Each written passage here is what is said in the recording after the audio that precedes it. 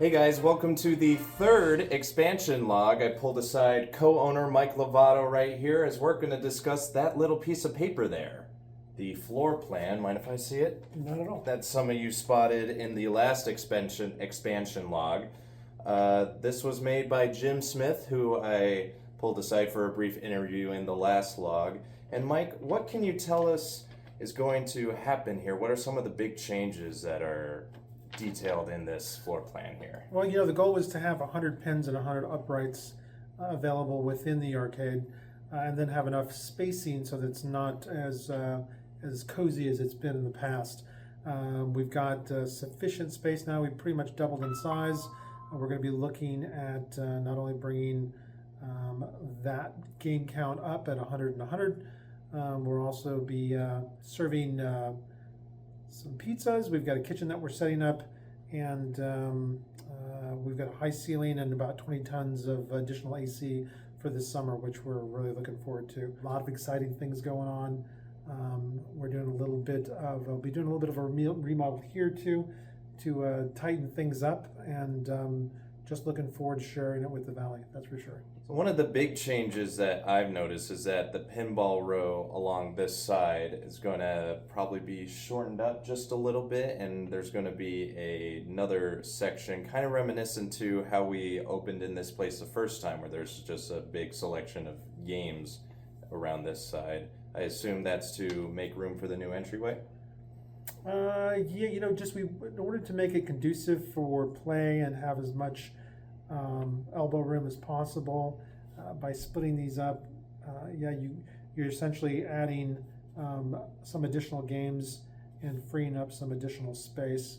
It is reminiscent of the initial layout we had, but instead of pins, we had uprights at that point in that area. In fact, Space Wars was one of the ones at the end back then.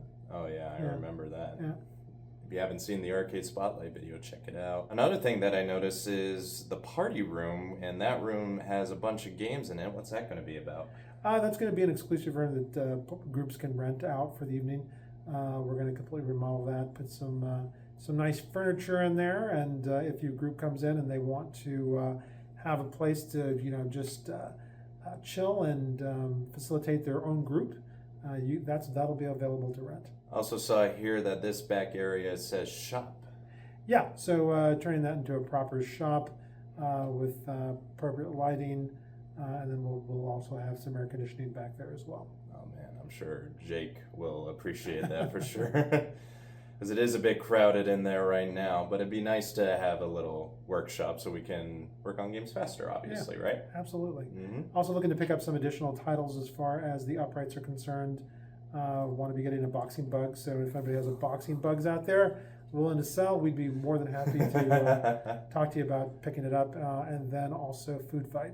So those two are on the short list for sure. Yeah. And Zookeeper. And Zookeeper. And Zookeeper. Yeah.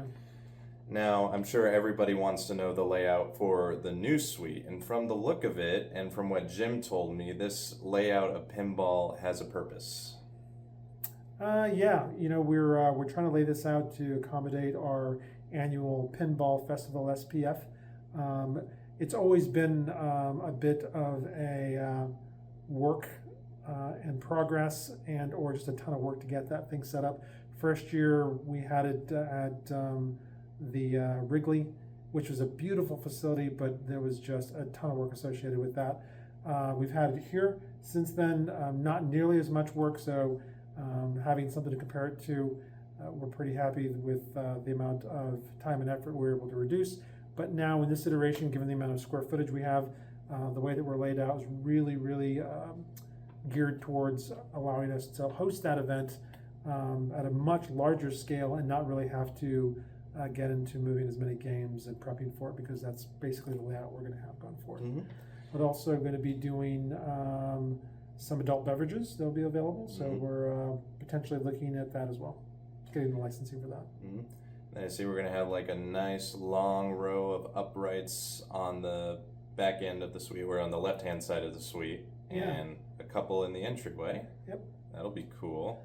Yeah, so the goal being you should be able to go out, have a good time with your significant other, and not have to break the bank. Mhm. So we've always been about giving back to the community, and we're going to make this as cost effective as possible for someone to come here. Yeah, we hope everybody gives us the opportunity to show what we can do. Couldn't said it any better myself. Mike, thank you for your time. Thank you. Glad you were able to show us a little sneak peek of what's to come. Yeah. We've already come a long way from just a tiny hole in the wall to have 2 new entryways being formed. As you can see, they're both ready to be passed through, and a main change you probably noticed in the floor plan is that one of them moved from the current entrance to where the soda machine is. Only a slight change. There's still some electrical work to be done in the new suite, but I heard that'll be finished early next week, and it's only a matter of time before games start making their way in here. Rest assured, I'll be getting some footage of that, and the staff will make sure they're in working order.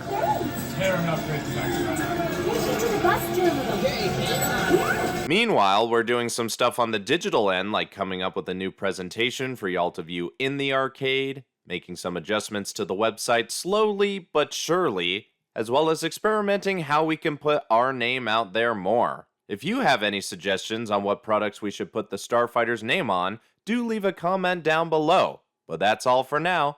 Take care.